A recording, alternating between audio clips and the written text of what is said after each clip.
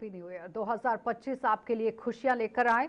और बताते चले लगातार आप देखिए नए साल को लेकर किस तरह से हर किसी के अंदर खुशी है। नमस्कार, मैं हूं आपके साथ आशा सरमाल और आज आप देख रहे हैं हमारी ये महा कवरेज, क्योंकि नया साल है और नए साल को लेकर काफी उम्मीदें लोगों की रहती हैं कि नया साल कैसा होने वाला है, किस तरह से बीतेगा, कैसे उपाय हम करेंगे कि बहुत अच्छे से नया साल जो है वो हमारा आए और पूरा साल बीते भी, क्योंकि जो काम हमने शुरू किए हैं वो माकूल तरीके से पूरे भी होने चाहिए। क्या उपाय रहेंगे, किस तरह का पूरा ये साल रहेगा, इसी पर आज हम चर्चा करेंगे।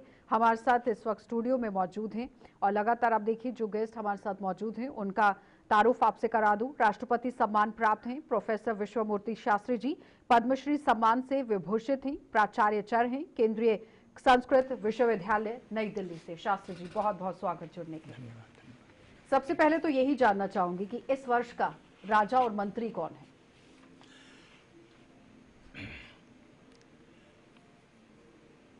ब्रह्मायेन कुलालवन्ययमित ब्रह्मांड भाण्डोदरे विष्णुर्येन दशावतार गहने दृष्टो महासंकटे रुद्रो येन कपालपाणिपुटके भिक्षाटनङ्कारितः सूर्यो भ्राम्यति नित्यमेव गगने तस्मै नमः कर्मणे।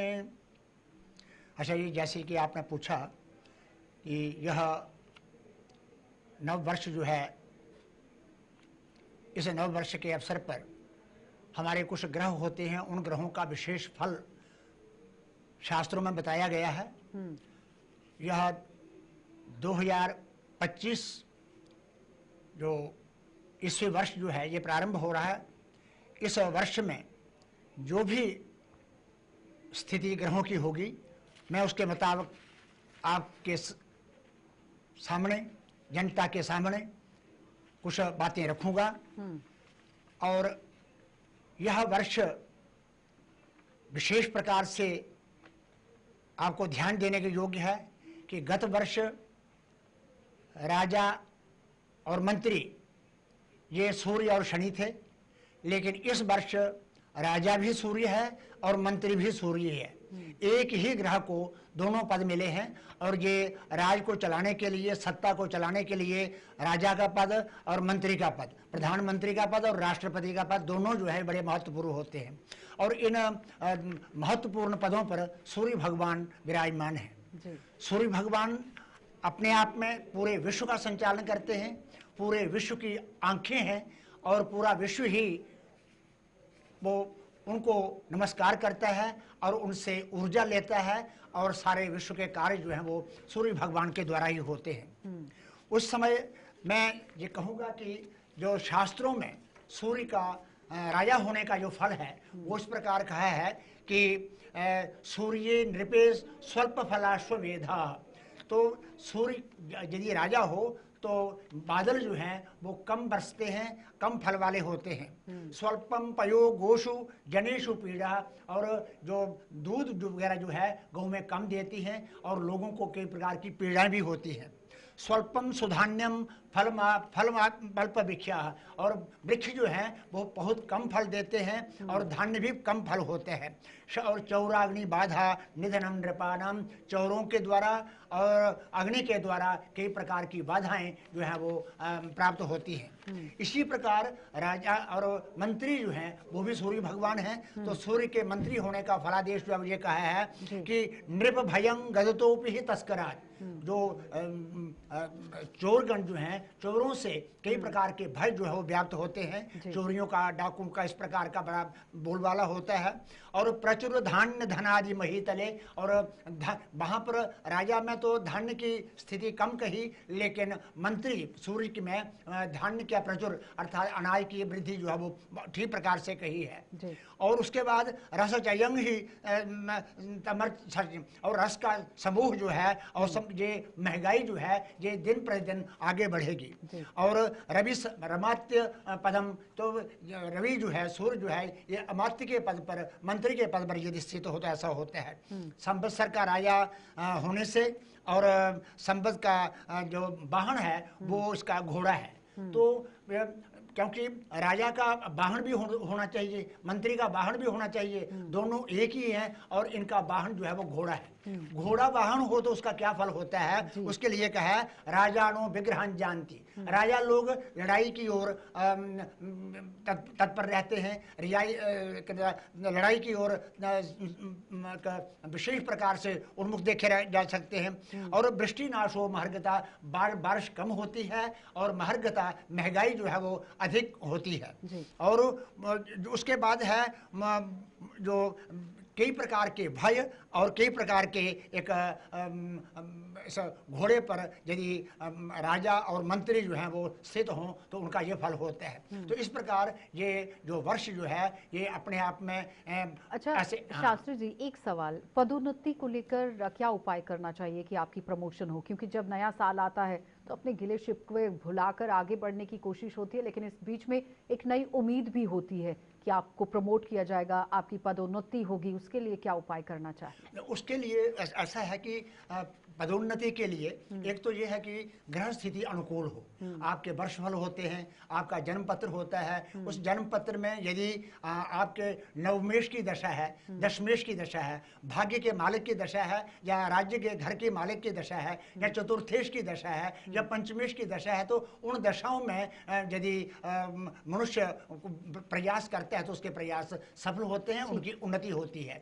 और इस समय कई बार ऐसा होता है कि प्रयास करने पर भी नहीं होती, तो कुछ जैसे शनि का और मंगल का योग या उनकी दृष्टि उन राज्य के घर पर होना, भाग्य के घर पर होना या अपनी जन्म राशि के ऊपर होना, तो वो कई प्रकार की बाधाएं भी देते हैं। और यदि विशेष प्रकार से उसका कोई उपाय भी करना हो तो हमारे दुर्गा सप्तशती में एक मंत्र है, ते सम्मता जनपदेषु धनानि तेषां तेषां यशांसि न च सीदति धर्मवर्गः धन्यास्त एव निभृतात्मय भृत्यदारा येषां सदाभ्युदयदा भवति प्रसन्ना। ये उन्नति को देने वाला है और उन्नति को बढ़ाने वाला है, प्रमोशन को भी देने वाला इस प्रकार का मंत्र है। ठीक है तो, शास्त्री जी, रोग मुक्त आप रहें, उसके लिए कौन सा पाठ करना तो चाहिए? जो ऐसे अब शरीर है, शरीर तो रोगों का घर होता है और इसमें कई प्रकार के रोग जो है वो हो जाते हैं, कई प्रकार के रोगों का सामना भी करना पड़ता है। लेकिन उसमें एक ऐसा है कि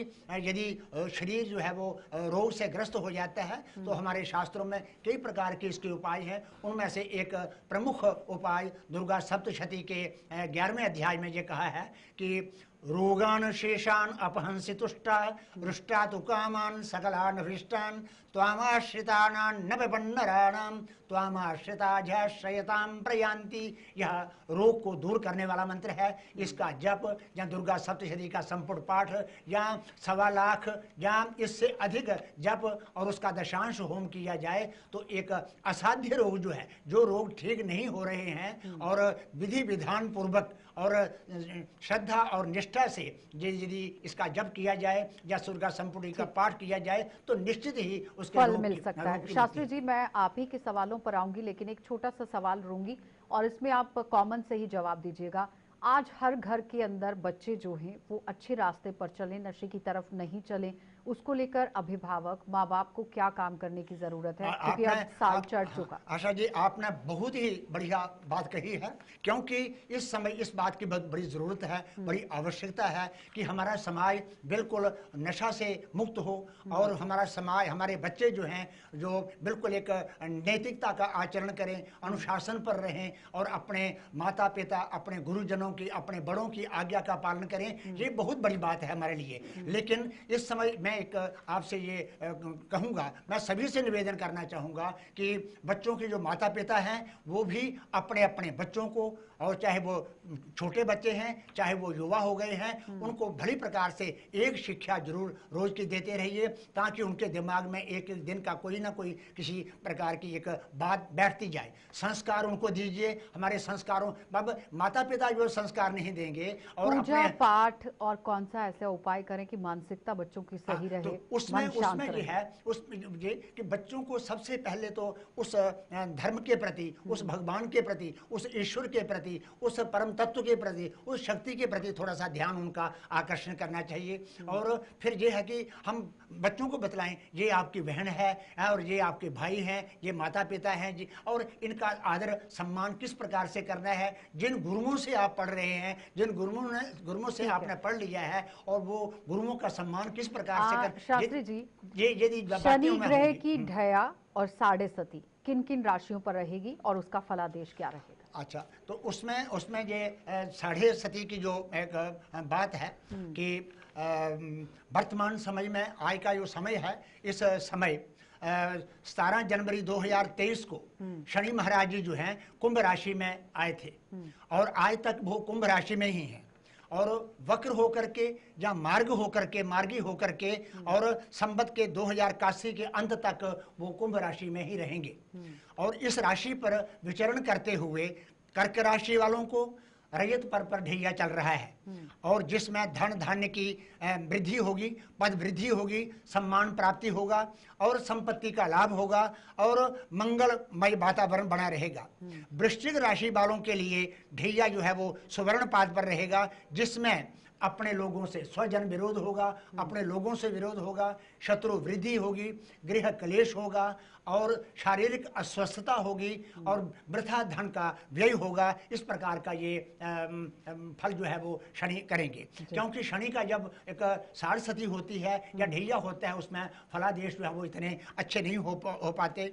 इसी प्रकार जो मकर राशि है, मकर राशि वाले लोगों को साढ़सती जो है वो सुवर्ण पाद पर चल रही है, और उसमें भी यही है कि अपने लोगों से विरोध होगा, शत्रुओं की वृद्धि होगी, और घर में कई प्रकार के क्लेश पनपेंगे, रोग का भय रहेगा, और वृथा खर्च होगा, वृथा लड़ाई होगी। ये इस प्रकार का ये। लेकिन उपाय क्या करना चाहिए? हाँ, मैं बताता हूँ। उसके बाद एक और, कुंभ राशि पर साढ़सती तो चल रही है, लेकिन कुंभ राशि पर साढ़सती ताम्रपाद पर है, इसलिए उनके लिए अरिष्ट कारक नहीं है। मीन राशि पर रहित पाद पर और मस्तक पर चढ़ती हुई राशि साढ़सती है, इसमें भी इसकी अनुकूलता बनी रहेगी। मैं आपसे ये विशेष प्रकार से कहूँगा, आपने साढ़सती के उपाय के लिए कुछ बात कही है। मैं एक बात ये कहूँगा कि जब लोहे के पाद पर शनि होता है, साढ़सती होती है, तो लोहे धन विनाशा स्यात्, धन का विनाश होता है, और सर्व दुखं च कांजने, सब प्रकार के दुख होते हैं जब सुवर्ण पाद पर होता है। और ताम्र में जो समता, बराबर किसी प्रकार का ज़्यादा कष्ट नहीं हो पाता, सौभाग्यम रायते भव। और जो रेत पाद पर, चांदी के पाद पर यदि वो साढ़सती होती है तो सौभाग्य की प्राप्ति होती है। अब आपने जैसे ये कहा कि जो साढ़सती से ग्रस्त लोग हैं, उन अपने लोगों को क्या करना चाहिए, उन्हें उपाय क्या करना? हाँ, उपाय क्या करना चाहिए। मैं सभी उपाय तो नहीं समय कह पाऊंगा, लेकिन यथा शक्ति और यथा समय, जो समय है आपके पास, उस समय के मुताबिक मैं ये कहूँगा कि एक तो सर्वप्रथम ये है कि शनिवार को लोहे के पात्र में या स्टील के पात्र में, कटोरी में तेल भर करके, उसमें मुख दे करके, उसमें 7 दाल माश के दाने दे करके, और उसमें दक्षिणा 5 रुपये या 10 रुपये कुछ डाल करके, और वो दे देना चाहिए। जो शनिवार मांगने वाला आता है उसको, या शनि के मंदिर में ये चढ़ा देना चाहिए। ये एक बात है। उसके बाद शनिवार को दाल माश के आटे के पकवान बनवा करके, जो भैंसा होता है, यदि संभव हो सके तो भैंसे को वो खिलाना चाहिए। तीसरा एक उपाय यह है कि ये मंत्र है, ओम प्राम प्रीम प्रौं स शनेश्चराय नमः, इस मंत्र का, या शम शनेश्चराय नमः इस मंत्र का, या वैदिक मंत्र जो है शन्नो देवीरभिषज आपो भवन्तु पीतये शंयोरभिस्रवन्तु न, इस मंत्र का जप करना चाहिए। एक विशेष प्रकार से मैं बात कहूँ कि एक अच्छा उपाय है ये भी, जिस व्यक्ति को साढ़सती बहुत ज़्यादा कष्ट दे रही है, बहुत ज़्यादा परेशान कर रही है, तो वो शनिवार के दिन एक लोहे का बर्तन ले, उसको तेल से भरे, और तेल से भर करके उसमें 7 दाल माश के दाने, 7 काले चने, 7 काले मिर्च, एक पत्थर का कोयला, एक चमड़े का पीस डाल करके, उसमें अपना मुख भी देख ले पहले, तो उसको पत्थर डाल करके फिर लोहे के ढक्कन से ही उसको ढके, और कहीं दूर किनारे पे, सड़क के किनारे हो सके या जंगल में हो सके, तो 1-1.5 फुट का गड्ढा खोद करके उस बर्तन को दबा दे, और दबाने के बाद वो पीछे की घर में जब आए तो पीछे की ओर ना देखे, अपने गेट पर आ करके पानी ले करके अपने पर छिड़क करके और आचरण कुल्ला करके और अपने घर आए। ये भी सरस्वती के दोष को दूर करने का एक बहुत बड़ा विशेष उपाय है। अन्य अन्य वैदिक मंत्रों के माध्यम से और यह जैसे हमारा एक महामृत्युंजय वशिष्ठ कल्पोत महामृत्युंजय मंत्र है,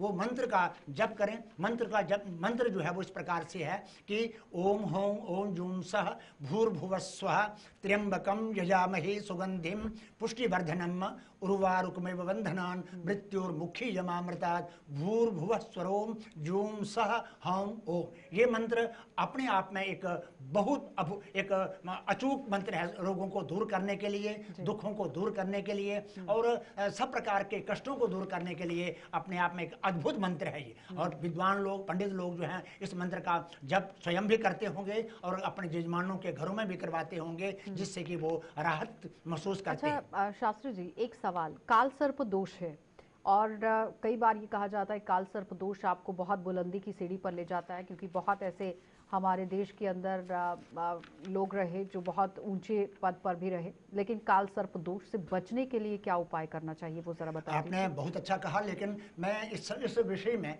मैं काल सर्प दोष को बहुत कम मानता हूँ और काल सर्प दोष में कोई ज्यादा शक्ति नहीं।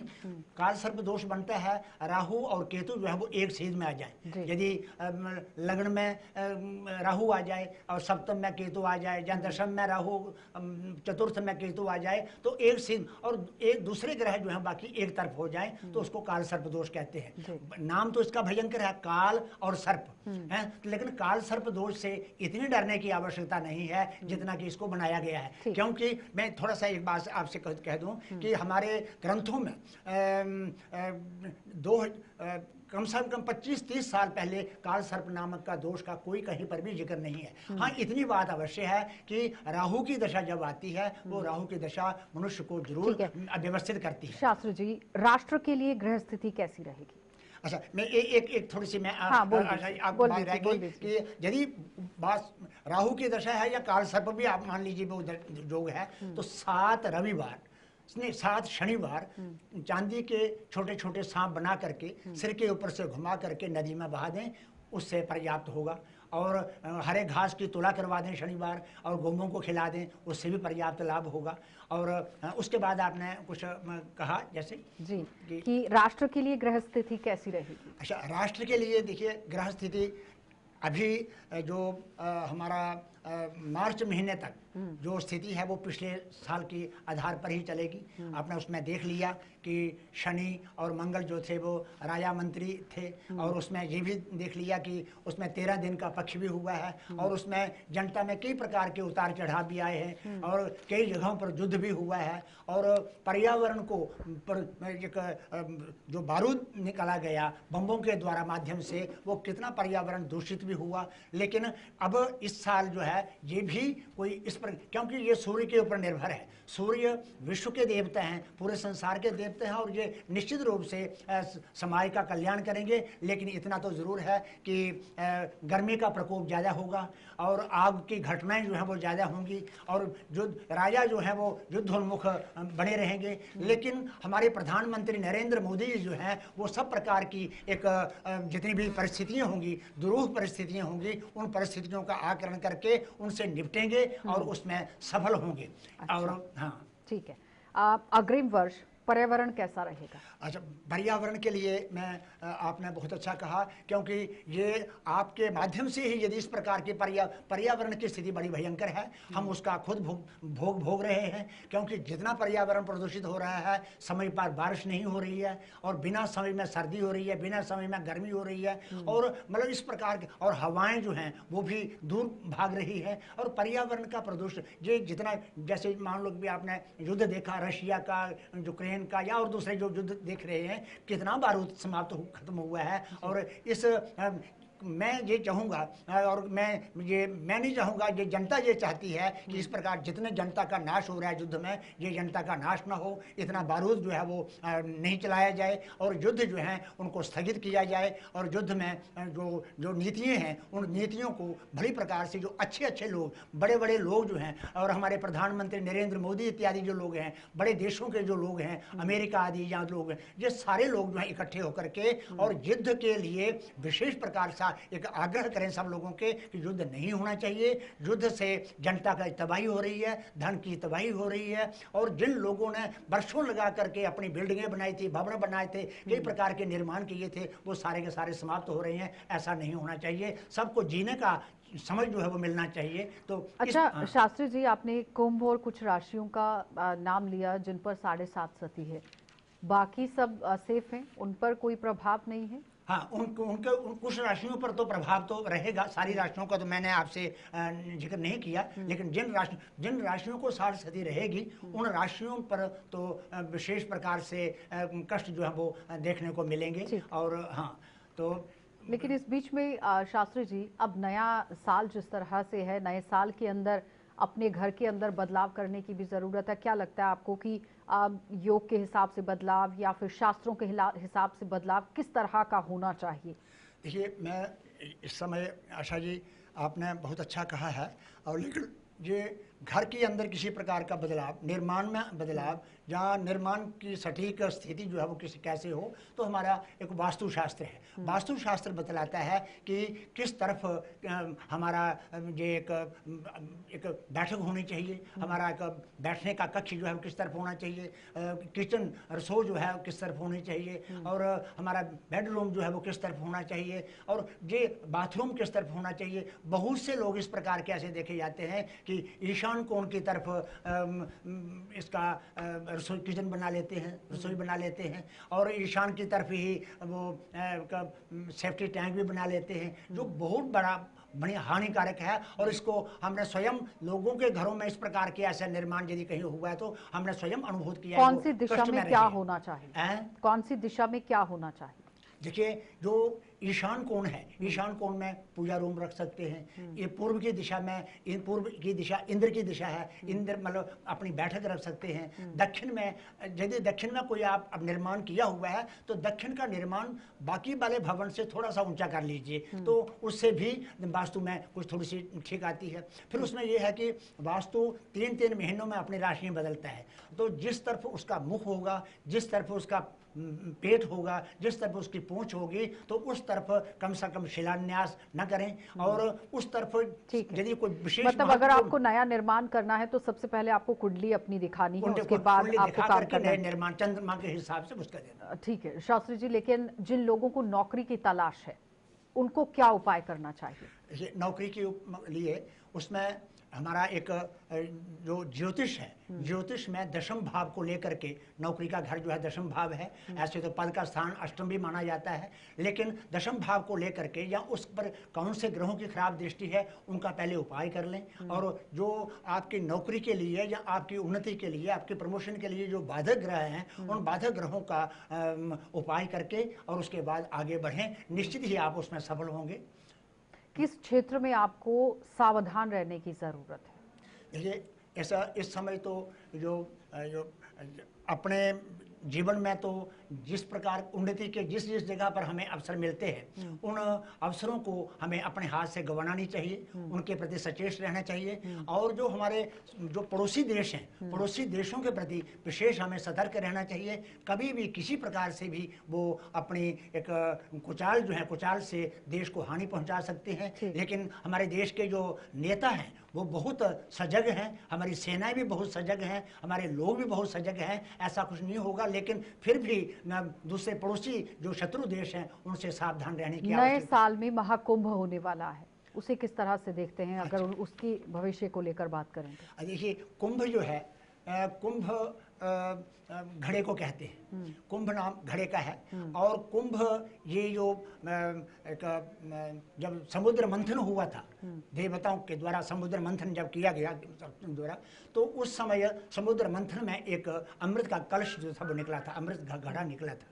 उसको हथियाने के लिए, उसको हथियाने के लिए जो देवता चाहते थे कि ये किसी दूसरे के हाथ में ना लगे, राक्षसों के हाथ में ना लगे और हमारे ही पास ये रहे, लेकिन उन्होंने हाथापाई करना शुरू कर दी। और जो इंद्र के पुत्र जो जयंत हैं, जयंत ने उस घड़े को ले लिया और वो इधर उधर जा करके उसको लेने लगे, उसके साथ साथ कुछ दूसरे लोगों के साथ भी। तो सूर्य ने वहाँ पर विशेष प्रकार से एक ये घड़ा टूट ना जाए, इसका जो अमृत जो है वो गिर ना जाए। उसके बाद चंद्रमा ने भी बहुत प्रयास किया कि कहीं ये उलट ना जाए, इसका बृहस्पति ने भी उसमें विशेष अपना योगदान किया। यही कारण है कि जब बृहस्पति वृष राशि में आते हैं और सूर्य मकर राशि में और चंद्रमा मकर राशि में होते हैं तो कुंभ होता है। और उस कुंभ हमारे कहते हैं यदंडे तद ब्रह्मांडे, जो अंड में है वो ब्रह्मांड में है, तो जो कुंभ है वो भी एक ब्रह्मांड स्वरूप ही है। तो इस जितने भी लोग हैं, चाहे वो साधु संत महात्मा, जो भी जितने भी लोग हैं, वो अपने श्रद्धा से और विधि विधान पूर्वक उस समय गंगा में जाते हैं और स्नान करते हैं। अपने जो पाप हैं उन पापों को धो करके पुण्य का अर्जन करते हैं। महापर्व को लेकर, जो महाकुंभ का महापर्व हो रहा है, उसको लेकर शास्त्री जी जानकारी दे रहे थे। शास्त्री जी, एक अच्छा सा संदेश दे दीजिए जनता को, क्योंकि 2025 है, आने वाले समय में किस तरह का रहने वाला है, क्या संदेश रहेगा आपके लिए?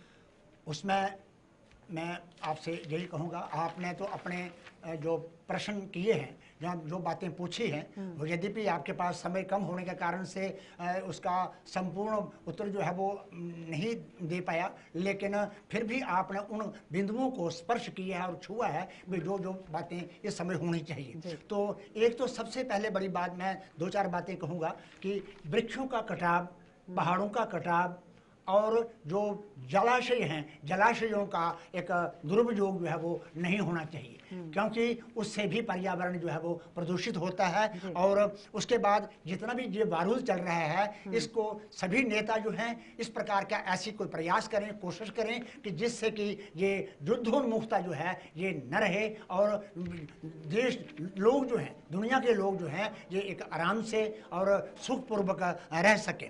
उसके बाद सद्भाव होना चाहिए एक दूसरे के प्रति, मैत्री संवर्धन होना चाहिए और जो भी हमारा पर्यावरण का संतुलन जो है वो इसी प्रकार से रह सकता है। मैं ये कहूँगा, काले वर्षतु पर्जन्य पृथ्वी सस्यशालिनी लोकोयम क्षोभरहितो सज्जना संतु निर्भया। काले वर्षतु पर्जन्य, समय समय पर बारिश होती रहे, इसके लिए प्रयास सभी को करना है। और पृथ्वी सस्यशालिनी, पृथ्वी पर अनाज जो है वो पैदा होते रहे। और लोकोयम क्षोभरहितो, जितने भी लोग जो हैं ये उनके हृदय में कोई भी किसी प्रकार का क्षोभ जो है वो न रहे। और सज्जन जो हैं वो एक निर्भय होकर के, निडर होकर के अपने कार्यों को करें। और बच्चे, जुवान और बड़ी प्रकार से अपने एक प्रमादों को छोड़ करके और नशे की आदतों को दूर करके अपने गुरुजनों का, अपने माता पिता का, अपने भाई बहनों का, अपने समाज के बड़े लोगों का, अपने इष्ट का बड़ी प्रकार से सम्मान करें। इससे हमारा देश उन्नत होगा और आगे बढ़ेगा। ठीक है शास्त्री जी, बहुत बहुत धन्यवाद शास्त्री जी जुड़ने के लिए। और फिलहाल आपको बताते चलें कि नए साल की नई शुरुआत आप देखिए हो गई है। अपने गिले शिकवे भूलकर आपस का प्यार है वो उसे बढ़ाने की ज़रूरत है, मन मुटाव को दूर करने की ज़रूरत है, नई शुरुआत करने की ज़रूरत है। और उसके बाद देश के अंदर आप देखिए किस तरह की परिस्थितियां, वो तो शास्त्री जी ने आपके सामने रखी, लेकिन गलत रास्ते को छोड़कर सही रास्ते को चुनने की ज़रूरत है और कड़ी मेहनत करने की भी ज़रूरत है। बहुत बहुत धन्यवाद शास्त्री जी।